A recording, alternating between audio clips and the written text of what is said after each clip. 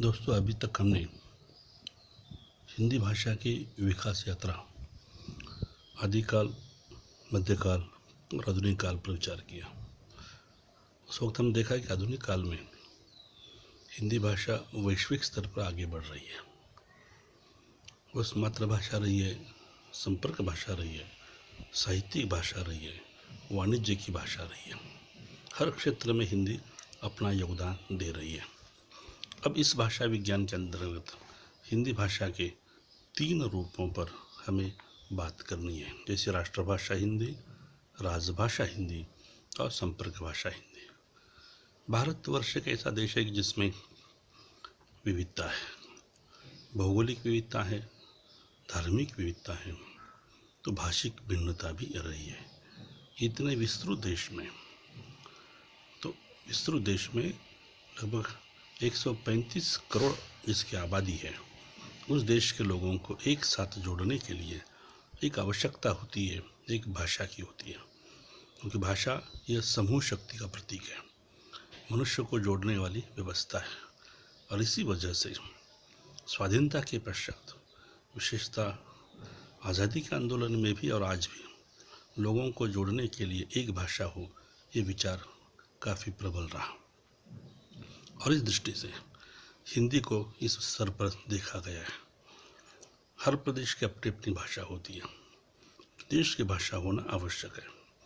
तो देखिए, हम राष्ट्रभाषा हिंदी इस रूप में कुछ बातें आपके सामने रखने वाले हैं। आज़ादी के आंदोलन में भी महात्मा गांधी का विचार सूत्र था कि इस देश को जोड़ने वाली एक ऐसी भाषा हो जो जनमानस में प्रचलित हो, वह हिंदी है। गांधी कहते थे कि राष्ट्रभाषा के बिना राष्ट्र गूंगा है।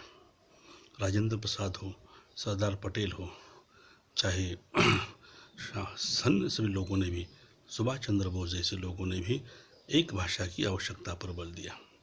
तो उस वक्त राष्ट्रभाषा यह संकल्पना बन चुकी है। राष्ट्रभाषा के आदर्श भाषा होती है।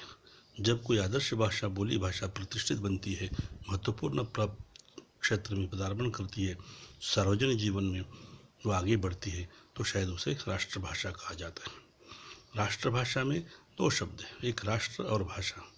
राष्ट्र ये राजनीतिक संकल्पना है। राष्ट्र उसे कहते हैं कि जिसकी अपनी भूमि है, अपना संविधान है, अपनी संसद है, अपने अधिकार क्षेत्र है, विशिष्ट भूप्रदेश है, और अब उनकी भाषा है, वो राष्ट्र बनता है।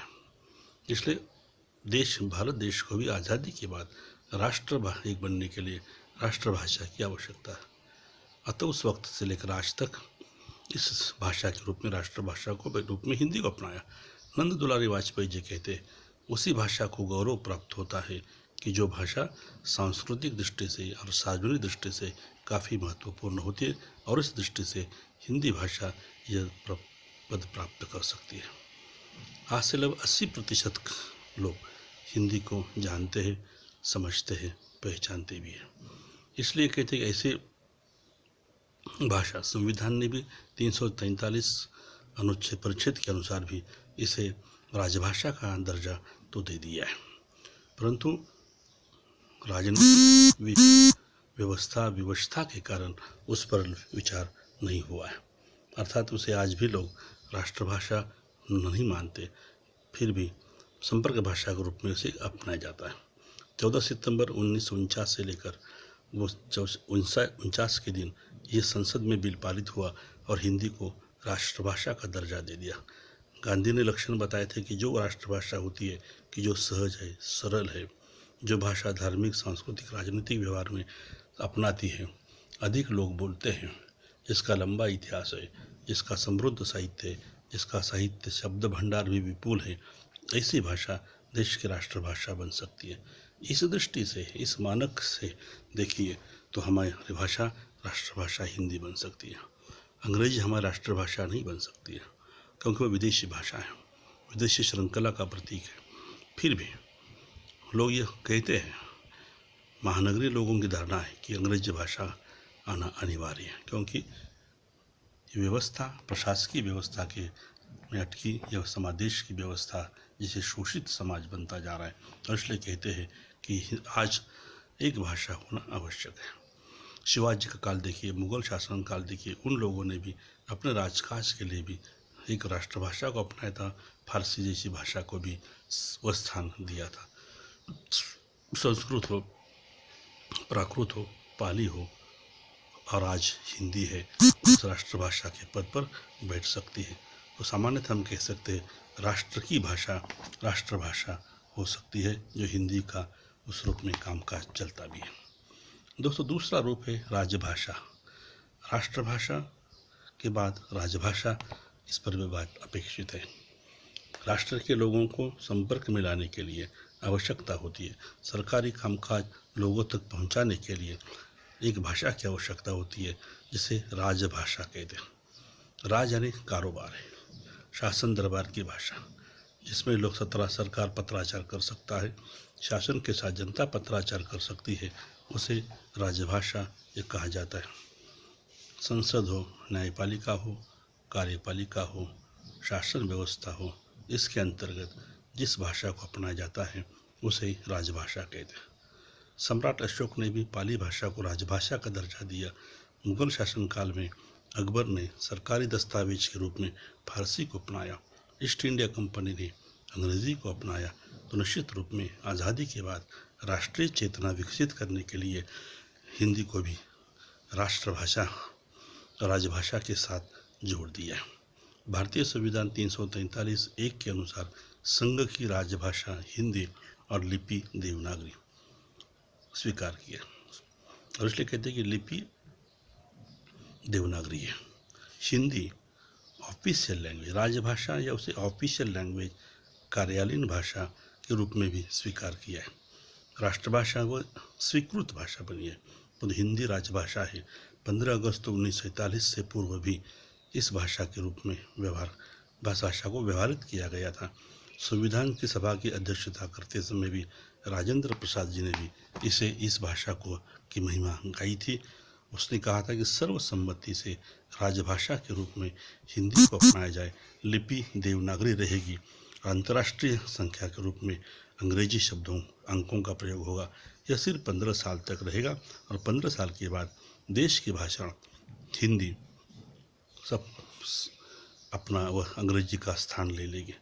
परंतु दोस्तों, हम देखते आ रहे कि आज 70 साल बीतने के बाद भी देश का कारोबार या संसद का अधिक तो कामकाज अंग्रेजी में चलता है, जिससे आम आदमी, सामान्य जनता अनभिज्ञ रहती है, क्योंकि उच्च भ्रूवर्गों के रूप में इसी को अंग्रेजी का प्रयोग होना शायद आम व्यक्ति के लिए कठिनाई महसूस होती है।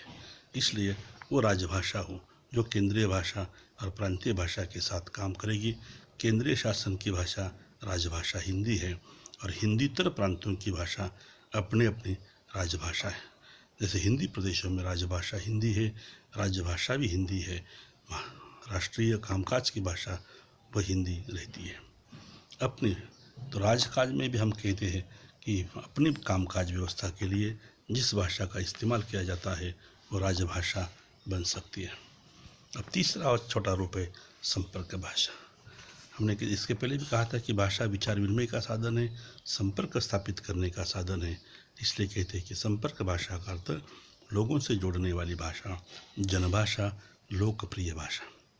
भारत विविध भूप्रदेशों से बना है, विविध धार्मिकता उसमें, इसलिए उन लोगों को, सभी धर्मों के लोगों को एक साथ जोड़ने के लिए एक संपर्क भाषा के रूप में आवश्यकता है।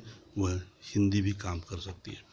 राष्ट्रभाषा के रूप में विरोध करने वाले लोग हिंदी को संपर्क भाषा के रूप में अपनाते। आज़ादी के आंदोलन में गांधी जी ने भी हिंदी का अपनाया और देश के आज़ादी को बल दे दिया। आज़ादी के बाद भी अधिकतम नेताओं ने अपने चुनावी क्षेत्र में भी हिंदी को भी प्रचार सभा का माध्यम बनाया और हिंदी में बात करते रहे। तो इसलिए कहा जाता है कि जनमानस पर प्रभाव डालने वाली जो भाषा होती है वह संपर्क भाषा होती है। भारत जैसे विशाल देश में प्राचीन काल से लेकर आज तक शीर्षस्थ नेताओं ने अपनी संपर्क के रूप में एक विशिष्ट भाषा को अपनाया। शंकराचार्य जी ने अपनी मलयालम भाषा को छोड़कर संस्कृत भाषा को अपनाया। गौतम बुद्ध ने जनभाषा के रूप में पाली को अपनाया। मध्य देश के रूप में शौरसेनी है, पाली है, संस्कृत है, अपभ्रंश है, ऐसी भाषाएं हिंदी के साथ साथ संपर्क के रूप में आगे बढ़ रही है। स्वयं महात्मा गांधी जी ने भी अपनी मातृभाषा गुजराती को छोड़कर हिंदी को अपनाकर उसे राष्ट्रभाषा और संपर्क भाषा के रूप में महत्व दे दिया था। यदि हम सूक्ष्मता से अध्ययन करें तो पता चलता है प्राचीन काल, मध्यकाल और ब्रिटिश काल से लेकर जनसंपर्क के साथ काम करने वाली भाषा हिंदी रही है, लोगों को जोड़ने वाली भाषा हिंदी रही है। आज राजभाषा, राष्ट्रभाषा के साथ साथ हिंदी को एक नई व्यवस्था, व्यवधान, जनभाषा का सम्मान मिल रहा है। इसलिए संपर्क भाषा के रूप में खुले सांस लेकर अधिकारिणी भाषा के रूप में हिंदी आज आगे बढ़ रही है। आज पूरे भारत देश में एक संपर्क भाषा के रूप में हिंदी को अपनाया जाता है। हम संक्षेप में कह सकते हैं देश की भाषा हिंदी अपने हजारों वर्षों की अनवरत यात्रा से लेकर आगे बढ़ रही है, चरम उत्कर्ष पर भी है। इसी के बीच में कुछ रुकावटें हैं, व्यवधान भी है, उसे कई सम्मान मिले हैं, परंतु फिर भी रुकावटों को हम बाधा पार करके हिंदी भाषा अपेक्षित इस सफलता प्राप्त कर रही है।